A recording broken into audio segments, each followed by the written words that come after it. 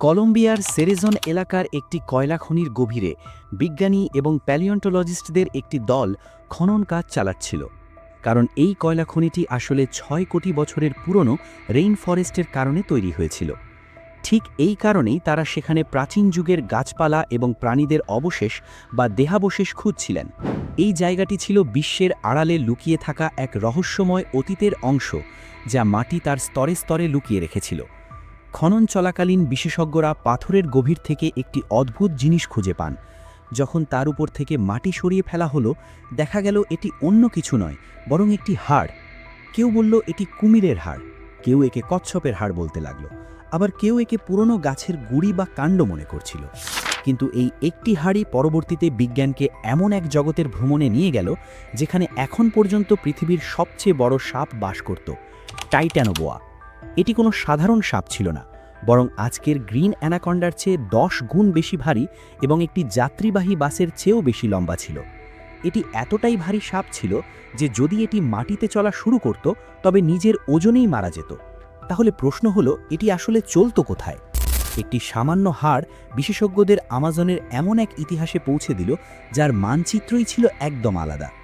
টাইটানোবোয়ার এই বিশাল আকৃতির আসল কারণ কী ছিল? এটি কিভাবে শিকার করত এবং শেষ পর্যন্ত এমন কি ঘটল যে আমাজনের জঙ্গল থেকে এর রাজত্ব শেষ হয়ে গেল? বিশ্বের লুকানো সত্য চ্যানেলের ভিডিওতে আপনাদের আবারও স্বাগতম। দর্শকরা, টাইটানোবোয়ার আবিষ্কার হঠাৎ ঘটে যাওয়া কোনো ঘটনা ছিল না, বরং এই সিলসিলা শুরু হয়েছিল ১৯৯৪ সালে। একজন স্থানীয় ভূতাত্ত্বিক হেনরি গার্সিয়া সেরেজন খনিতে একটি অদ্ভুত জিনিস দেখেছিলেন, যা কোনো গাছের ডালের অংশ বলে মনে হচ্ছিল। সেই সময় কেউ এর প্রতি খুব একটা মনোযোগ দেয়নি এবং একে একটি বিশেষ বাক্সে ভরে রেখে দেওয়া হয়। প্রায় 10 বছর পর ২০০২ সালে আরেক ভূতাত্ত্বিক ফেবিয়ানি হেরেরাও এখান থেকে ঠিক তেমনই একটি ফসিল বা জীবাশ্ম খুঁজে পান। এই ভূতাত্ত্বিকদের আসল উদ্দেশ্য ছিল প্যালিওসিন ফ্লোরা নিয়ে গবেষণা করা, যাতে এটা জানা যায় যে পৃথিবীর প্রথম ট্রপিক্যাল রেইন ফরেস্ট দেখতে কেমন ছিল। এই গল্পে আসল মোড় আসে ২০০৭ সালে, যখন এই ফসিলগুলোকে ফ্লোরিডা মিউজিয়াম অফ ন্যাচারাল হিস্ট্রিতে পাঠানো হয়। সেখানে জানা গেল যে এটি না গাছের ডাল আর না এর গঠন কুমিরের মেরুদণ্ডের হাড়ের সাথে মেলে। কিন্তু যখন তারা এর গঠনকে আজকের অ্যানাকন্ডা এবং পাইথনের হাড়ের সাথে তুলনা করলেন, তখন তাদের বিস্ময়ের সীমা থাকল না। এই হাড়টি অ্যানাকন্ডার হাড়ের চেয়ে ৩ গুণ বেশি বড় এবং মোটা ছিল। এই পর্যায়ে বিশেষজ্ঞরা একে তৎক্ষণাৎ একটি সাপের হাড় হিসাবে শনাক্ত করেন। আপনারা নিজেই অনুমান করুন, ডান দিকে সেই হাড়টি রয়েছে যা কয়লা খনি থেকে পাওয়া গিয়েছিল, এবং বাম দিকে অ্যানাকন্ডার মেরুদণ্ডের হাড়। বিজ্ঞানের জগতে আকারের গুরুত্ব অনেক বেশি, আর টাইটানোবোয়া প্রতিটি পুরনো রেকর্ড ভেঙে দিয়েছিল। বিশেষজ্ঞরা এই মেরুদণ্ডের হাড়ের সাহায্যে সাপের দৈর্ঘ্য অনুমান করার জন্য গাণিতিক মডেল বা ম্যাথমেটিক্যাল মডেলের সাহায্য নিলেন। তারা দেখলেন যে সাপেদের মধ্যে মেরুদণ্ডের হাড়ের আকার তাদের মোট দৈর্ঘ্যের সাথে সমানুপাতিক সম্পর্ক রাখে। অর্থাৎ সাপের মেরুদণ্ডের আকার বলে দিতে পারে যে সাপের মোট দৈর্ঘ্য কত হবে। এই হিসাব নিকেশের মাধ্যমে পাওয়া মেরুদণ্ডের হাড় থেকে সাপের যে আকার বের হলো, তা ছিল ৪২ থেকে ৫০ ফুট, অর্থাৎ আজকের অ্যানাকন্ডার চেয়ে দ্বিগুণ। টাইটানোবোয়া শুধু লম্বাই ছিল না, বরং তার প্রস্থ ছিল একজন মোটা মানুষের কোমরের সমান, এবং তার শরীর এতটাই ভারী ছিল যে তা একটি সিডান গাড়ির ওজনের সমান ছিল, প্রায় ১২০০ কেজি বা অ্যানাকন্ডার চেয়ে ১০ গুণ বেশি ভারী। ১.২ টন ওজন আজকের যে কোনো স্থলজ সাপের জন্য অসম্ভব একটি ওজন। এই আবিষ্কার বিশ্বজুড়ে তোলপাড় সৃষ্টি করে, কারণ এটি ছিল প্রকৃতপক্ষে সাপেদের রাজা, যাকে পরে টাইটানোবোয়া নাম দেওয়া হয়। আসল প্রশ্ন এটা ছিল না যে সে কতটা বড়, বরং বিস্ময়ের বিষয় ছিল যে সে এত বিশাল কেন। আজকের সাপেরা এত বড় কেন হয় না? এর উত্তর লুকিয়ে আছে আবহাওয়ায়। জি হ্যাঁ, সাপ একটোথার্মিক, অর্থাৎ ঠান্ডা রক্তের প্রাণী। মানুষ নিজের শরীর গরম রাখার জন্য ভেতর থেকে তাপ তৈরি করতে পারে, কিন্তু সাপ তাদের উষ্ণতার জন্য পরিবেশের তাপমাত্রার উপর নির্ভর করে।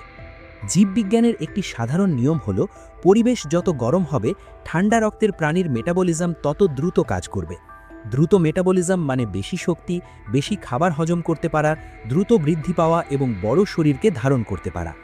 টাইটানোবোয়ার আবিষ্কার বিশেষজ্ঞদের সামনে শুধু একটি নতুন সাপই নয়, বরং সেই সময়ের আবহাওয়ার থার্মোমিটারও পেশ করে দিল। টাইটানোবোয়ার এই বিশাল শরীর এই কথার জ্যান্ত প্রমাণ যে ৬ কোটি বছর আগে কলম্বিয়ার এই পরিবেশের তাপমাত্রা আজকের চেয়ে অনেক বেশি ছিল। সেই যুগে পৃথিবীর আবহাওয়া এতটাই গরম ছিল যে সারা বছর দিন-রাত সবসময় তাপমাত্রা ৩২ ডিগ্রি সেলসিয়াসের উপরে থাকত। যদি গড় তাপমাত্রা এত বেশি হয় তাহলে স্পষ্টতই আর্দ্রতা বা হিউমিডিটিও চরম পর্যায়ে ছিল, এতটাই যে হয়তো নিঃশ্বাস নেওয়াও কঠিন মনে হতো। এটি ছিল এমন এক ঘন জঙ্গল যা কখনো ঠান্ডা হতো না। এই ক্রমাগত গরম টাইটানোবোয়াকে সেই শক্তি দিয়েছিল যাতে সে এত বড় হতে পারত। আজকের আমাজন রেইন ফরেস্ট যা আমাদের কাছে বেশ আর্দ্র এবং গরম মনে হয়, তা হয়তো টাইটানোবোয়ার জন্য খুব ঠান্ডা মনে হতো। যদি সে আজ বেঁচে থাকত তাহলে হয়তো এই রেইন ফরেস্টে সে বাঁচতেই পারত না, কারণ তার এত ভারী শরীর চালানোর জন্য যে শক্তির প্রয়োজন ছিল তা কেবল সেই তীব্র গরমেই পাওয়া সম্ভব ছিল। এখন স্বাভাবিকভাবেই এত বিশাল শরীর টিকিয়ে রাখার জন্য খাবারও সেই পরিমাণে খেতে হতো। এখানে প্রশ্ন জাগে, টাইটানোবোয়া শিকার করত কিভাবে? এটি কি হলিউড সিনেমার দানবদের মতো মাটিতে দ্রুত বুকে ভর দিয়ে তার শিকারের পেছনে ছুটত? একদমই না।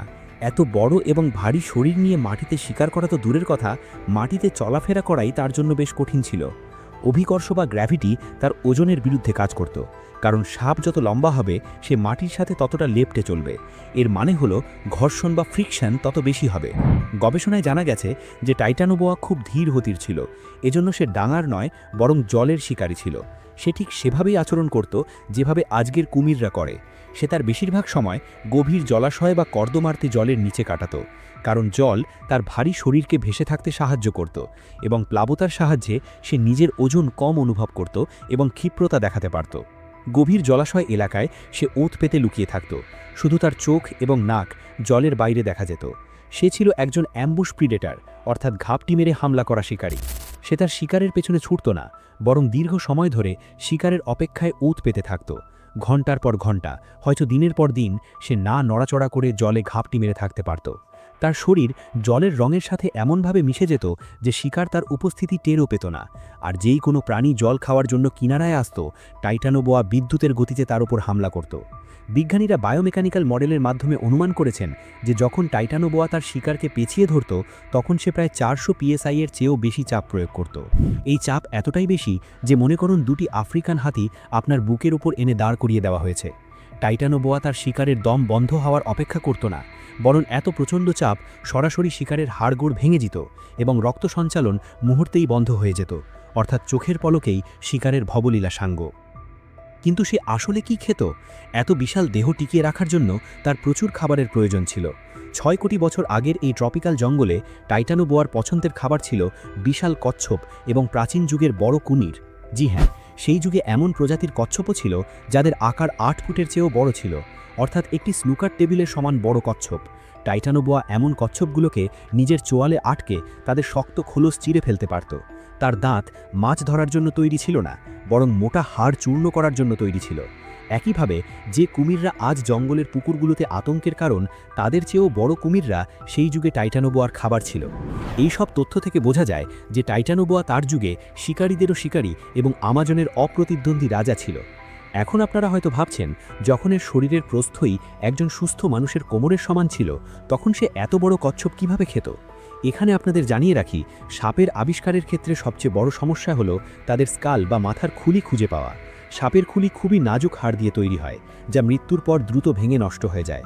টাইটানোবোয়ার আবিষ্কারের প্রথম কয়েক বছর পর্যন্ত বিশেষজ্ঞদের কাছে কেবল মেরুদণ্ডের হাড়ই ছিল, যার কারণে তারা এর চেহারা এবং শিকার করার সঠিক পদ্ধতি সম্পর্কে ধারণা করতে পারছিলেন না। কিন্তু তারপর 2011 সালে একজন ইন্টার্ন জর্জ মোরেনো বার্নাল সেরেজোনে টাইটানোবোয়ার খুলি খুঁজে বের করেন। এটি ছিল জীবনে একবারই ঘটার মতো আবিষ্কার। এই খুলি প্রমাণ করল যে তার চোয়াল অ্যানাকোন্ডার মতোই খুলে আসতে পারত, যার ফলে সে নিজের মাথার চেয়ে 3 গুণ বড় জিনিস সহজেই গিলে ফেলতে পারত। তার মস্তিষ্কের আকার খুব ছোট ছিল, কিন্তু তার ইন্দ্রিয়গুলো ছিল অত্যন্ত তীক্ষ্ণ। তার কাছে পিট অর্গানস ছিল, যা অন্য প্রাণীদের শরীরের তাপ অনুভব করতে পারত, যার ফলে সে অন্ধকারেও শিকার করতে পারত। এটিও মনে রাখবেন যে জল টাইটানোবোয়ার জন্য কেবল শিকারের মাধ্যমই ছিল না, বরং তার বেঁচে থাকার জন্য সবচেয়ে গুরুত্বপূর্ণ ছিল। এত বিশাল শরীর যদি পুরোপুরি শুকনো ডাঙায় থাকত, তাহলে নিজের ওজনেই দেবে যেত এবং তার ভেতরের অঙ্গপ্রত্যঙ্গ ফেটে যেত। জল তাকে সাহায্য করত যাতে সে তার বোঝা হালকা করতে পারে, অর্থাৎ টাইটানোবোয়ার জীবন ছিল একটি নিখুঁত ভারসাম্যে। গরম তাকে শক্তি দিত এবং জল তার ওজন কম রাখত। এটি প্রকৃতির এমন এক বিস্ময় ছিল যা তার পরিবেশের জন্য একদম নিখুঁত ছিল। কিন্তু এখানে প্রশ্ন জাগে যে যখন সে এতটাই নিখুঁত ছিল, এত শক্তিশালী এবং তার কোনো শিকারী শত্রুও ছিল না, তাহলে বনের এই রাজারা কিভাবে শেষ হয়ে গেল? আজকের যুগে আমরা তাদের দেখতে পাই না কেন? এর উত্তর খুবই সাধারণ, কিন্তু বেশ দুঃখজনক। পৃথিবী বদলে গিয়েছিল, কিন্তু টাইটানোবোয়া নিজেকে সেভাবে বদলাতে পারেনি। প্যালিওসিন যুগের পর পৃথিবীর আবহাওয়া ধীরে ধীরে ঠান্ডা হতে শুরু করে। আমাদের মানুষের জন্য কয়েক ডিগ্রি তাপমাত্রা এদিক ওদিক হওয়া সাধারণ ব্যাপার, কিন্তু একটি ঠান্ডা রক্তের দানব সাপের জন্য এটি ছিল মৃত্যুর পরোয়ানা। যেমনটা আপনারা আগেই জেনেছেন, টাইটানোবোয়ার মেটাবলিজম পরিবেশের গরমের উপর নির্ভর করত। যখন ঠান্ডা বাড়তে শুরু করলো, তার মেটাবলিজম ধীর হয়ে গেল, তার খাবার হজম করার প্রক্রিয়া অনেক দীর্ঘ হয়ে গেল এবং তার শক্তি কমতে লাগলো। এখন সে না আগের মতো ক্ষিপ্র ছিল, না সহজে শিকার ধরতে পারত। শুধু ঠান্ডা কমে যাওয়াই নয়, বরং এখানের পুরো ইকোসিস্টেম বা বাস্তুতন্ত্রই বদলে গেল। রেন ফরেস্টে যে জলাভূমিগুলো টাইটানোবোয়ার বসবাসের জন্য নিখুঁত ছিল, তা ধীরে ধীরে শুকিয়ে যেতে শুরু করলো এবং জলাশয় কমতে লাগলো। আর এই সব কিছুর সাথে কফিনের শেষ পেরেকটি ঠুকে দিল স্তন্যপায়ী প্রাণীরা, এবং দেখতে দেখতে সবকিছু বিশ্বের সবচেয়ে বড় অজগরের জন্য কম পড়তে শুরু করলো। না জলাশয় রইল, না গরম আবহাওয়া, না শিকার। মাত্র কয়েক ডিগ্রি ঠান্ডা আবহাওয়া বিশ্বের সবচেয়ে বড় সাপকে ইতিহাসের অংশ বানিয়ে দিল। বন্ধুরা, আপনাদের কি মনে হয়, যদি জলবায়ু পরিবর্তন না হতো এবং টাইটানোবোয়া আজও আমাজনের গভীর জঙ্গলে বেঁচে থাকত, তাহলে মানুষ কি সেই জঙ্গল জয় করতে পারত, নাকি আমাজন আজও মানুষের জন্য নিষিদ্ধ এলাকা হয়েই থাকত? আপনার মতামত নিচে কমেন্ট করে অবশ্যই জানাবেন। আজকের এই ভিডিওটি যদি আপনাদের রোমাঞ্চিত করে থাকে, তাহলে অবশ্যই একটি লাইক দিন এবং বন্ধুদের সাথে শেয়ার করে তাদেরও পৃথিবীর এই হারিয়ে যাওয়া ইতিহাস জানার সুযোগ করে দিন, এবং চ্যানেলটি সাবস্ক্রাইব করে রাখুন যাতে পরবর্তী ভিডিও সবার আগে আপনার কাছে পৌঁছায়। দেখা হবে খুব শীঘ্রই নতুন কোনো রহস্য এবং নতুন কোনো রোমাঞ্চকর পর্বে। ততক্ষণ পর্যন্ত ভালো থাকুন। ধন্যবাদ।